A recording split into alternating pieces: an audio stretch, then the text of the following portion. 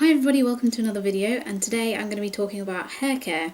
I'm going to start off by just sort of going through my regime. A little while ago, probably 5 or 6 months ago, I stopped using regular shampoo that you can buy from the supermarkets or drugstores, and I started using shampoo bars. Look a bit like a bar of soap. You can see where I've used it because it's kind of concave. You just get your hair wet in the shower and then you rub this on and rinse it out just like normal shampoo.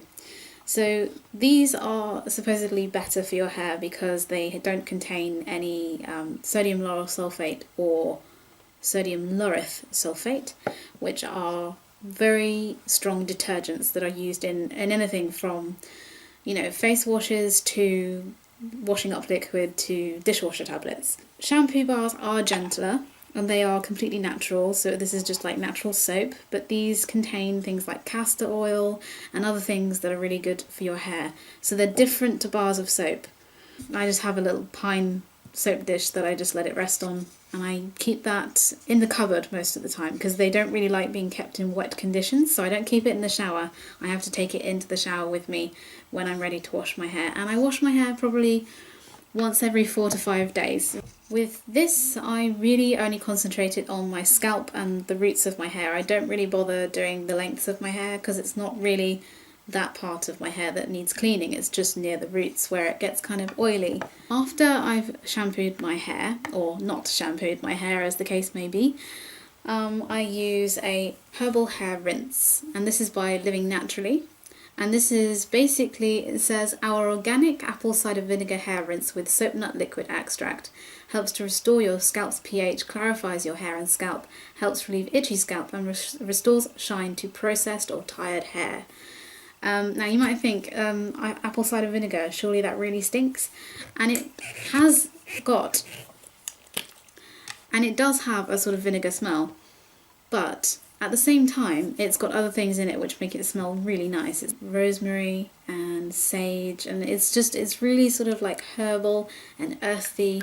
And once you spray this on after you've shampooed and you sort of massage it in a little bit, and then you just leave it for a couple of minutes and then you rinse it out. It comes with a spray top, although I know that you can request to have a pour top. I found that was a lot easier for longer lengths of hair. You can use this on the roots to the lengths, but I generally, again, only sort of use it on the roots of my hair. And basically, once you've rinsed it off, the apple cider vinegar smell does not linger and you never notice it. In fact, John always tells me how good my hair smells. And then, maybe if I'm feeling like my hair needs a little bit more moisture, I will use Healing Hair Oil, which is again by the same company, Living Naturally. And this, my hair's really fine, so I don't need to use very much of this at all, only a couple of drops maximum. I put that on my palms, rub my hands together to make it kind of warm, and then I just sort of lightly brush it over the length of my hair, and then anything left I sort of put like on the crown of my head down. I try not to get it on the front or near sort of like the top of my head or the sides, because otherwise it just makes it too greasy. But what that does is that acts like a sort of leave-in conditioner, makes your hair really soft, really shiny, and it's just a really good sort of like nourishing treat for the hair shaft. You wouldn't necessarily have to have this oil in order to do this with your hair. You could do it with any kind of plant oil you like. It's just the benefit of this is that it smells really good and it has lots of different oils in it which are all beneficial for your hair. But you could use jojoba oil, avocado oil, almond oil, coconut oil, olive oil if you like, but always use a little tiny bit and not too much, otherwise it'll be all greasy and you'll just have to go back to square one. In the event that my hair is a little bit too greasy, maybe I've put a bit too much oil in it, or maybe I'm trying to get away with another day before having to wash it, I use corn flour on my hair as a dry shampoo. And this is just a fine white powder, and I use an old blush brush to apply it to the areas that are greasy and sort of just like dab it on where I think it needs. It's mostly like my fringe or like sort of like near the top of my head and sort of like the sides. Then I just sort of comb my hair through and brush it through, and it just sort of distributes it. If you have darker hair, you can use something like cocoa powder or anything that's sort of like a darker fine powder. Corn flour is only really sort of suitable for sort of lighter hair types, and probably, given the fact that I'm brown at the moment, I probably shouldn't be using this. I should probably be using cocoa powder, but I use only a little bit, so you can't really tell when it's in my hair, and it does a great job. No need to spend all this money on dry shampoos and whatnot. You can just use things that you already have in your cupboard. When it comes to brushing and caring for my hair, I actually have two things. This is a boar bristle brush, and the bristles are very sort of like quite stiff. They obviously come from boars, so this isn't really in keeping with my lifestyle choices anymore. It's definitely not vegan, but a boar bristle brush can be very beneficial for your hair because the bristles sort of act like a bit like cleaning tools, if you think about it.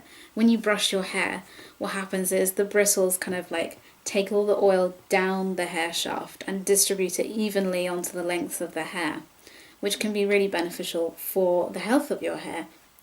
I don't know how much longer I will use it for, purely because of ethical reasons. I will probably clean it up and try and move it on at some point.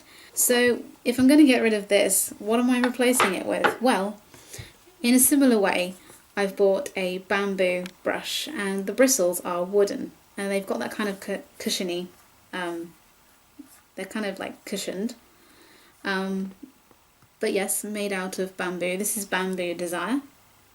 This came from Lithuania, so you might be able to find something a bit more local to you, but that's where I had to find mine, and I found it on eBay.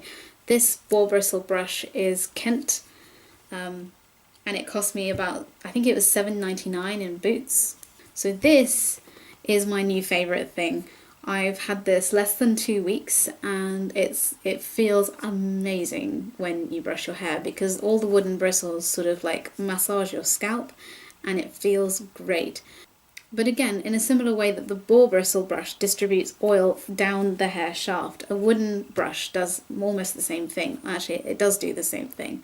It distributes oil from the top of your hair sort of down the lengths of your hair, and it makes it much more manageable and shiny and soft. Plus, when you're giving your scalp a little massage with this brush, you're actually stimulating blood flow to the scalp, which in turn helps promote healthier, faster growing hair. Although there are some, it's like, can you make your hair grow faster or can you not? There are a lot of sort of like, oh, it's a myth, oh no it's not, look at this technique I used, blah. All in all, my hair care system is really very basic. I've sort of dialed it back over the past year to the point now where I'm actually not using a hairdryer at all, and I'm just allowing it to be as natural as I can.